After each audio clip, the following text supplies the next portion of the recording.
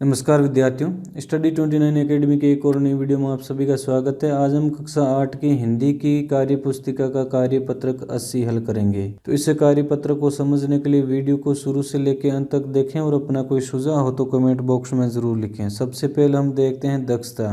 गद्यांश पद्यांश को पढ़कर समझ के साथ प्रश्नों के उत्तर दे पाना। तो यहाँ पर जो हमें पद्यांश दे रखा है उसको ध्यान से पढ़ना है और उसके अनुसार जो नीचे प्रश्न दे रखे हैं उनके उत्तर लिखने हैं। यहाँ पर जो कविता है वो इस प्रकार है। आ रही रवि की सवारी, नव किरण का रथ सजा है, कली कुसुम से पथ सजा है, बादलों से अनुचरों ने स्वर्ण की पोशाक धारी, आ रही रवि की सवारी। तो यहाँ पर रवि यानी सूर्य की जो उगते हुए सूर्य की किरणें हैं और उसका जो दृश्य है उसको यहाँ पर बताया गया है। विहंग बंदी और चारण कर रहे कीर्ति गायन, छोड़कर मैदान भागी तारकों की फौज सारी, आ रही रवि की सवारी, आ रही रवि की सवारी। तो यहाँ पर विहंग, विहंग यानी पक्षी, विहंग पक्षी को कहा जाता है। बंदी और चारण ये सब कीर्तन कर रहे हैं, गायन कर रहे हैं सूर्य की सवारी के आने का यानी सूर्योदय के होने का।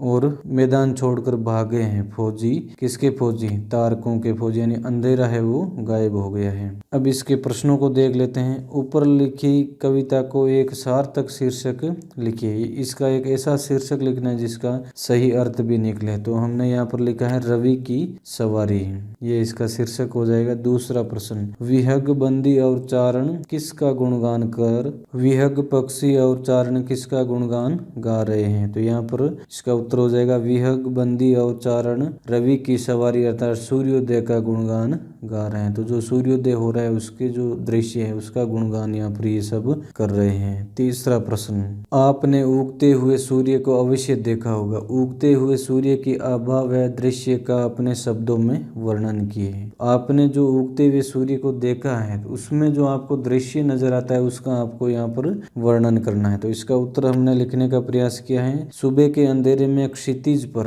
क्षितिज उस स्थान को कहते हैं जहाँ पर आसमान और धरती मिले हुए प्रतीत होते हैं। वास्तव में ऐसे नहीं होते, लेकिन हमें जब दूर से देखते हैं तो ऐसा लगता है कि आसमान और धरती एक जगह मिल रहे हैं। तो वो जो स्थिति होती है उसको हम क्षितिज कहते हैं। क्षितिज पर एक हल्का पीला रंग दिखाई देने लगता है, धीरे धीरे यह रंग और अधिक चमकदार होता जाता है। आकाश में अगर बादल है तो सूर्य की किरणें उन पर पड़कर उन्हें सुनहरे रंग यानी सोने के जैसे रंग में रंग देती है। ये एक अविस्मरणीय दृश्य होता है। तो ये जो ऐसा दृश्य होता है वो कभी नहीं भुलाया जाने वाला दृश्य होता है। अब है चौथा प्रश्न, रवि के पर्यायवाची शब्द लिखिए। तो रवि के हमने यहाँ पर पर्यायवाची शब्द लिखे हैं सूर्य, सूरज, भानु, भास्कर, दिनकर और आदित्य। ये रवि या सूर्य के पर्यायवाची शब्द हैं। पांचवा प्रश्न, अनुचर, अनु प्लस चर बराबर आदेश के अनुसार आचरण करने वाला, जिसको हम सेवक कहते हैं। आप भी नीचे दिए गए शब्दों को इसी प्रकार स्पष्ट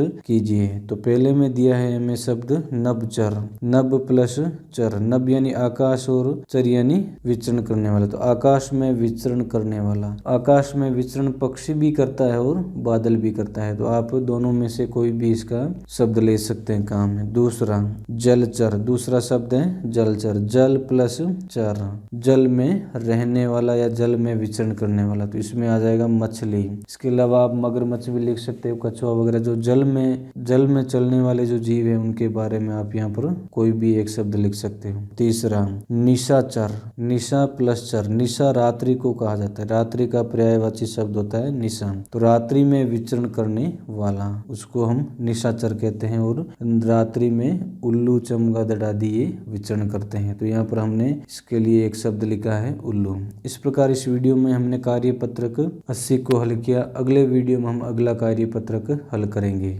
वीडियो अगर उपयोगी लगा हो तो इसको लाइक करें और अपने दोस्तों में शेयर करें। चैनल पर पहली बार आए तो चैनल को सब्सक्राइब कर लें और बेल आइकन भी दबा दें ताकि आने वाले वीडियो की नोटिफिकेशन आपको समय पर मिल सकें। वीडियो को पूरा देखने के लिए आपका बहुत बहुत धन्यवाद।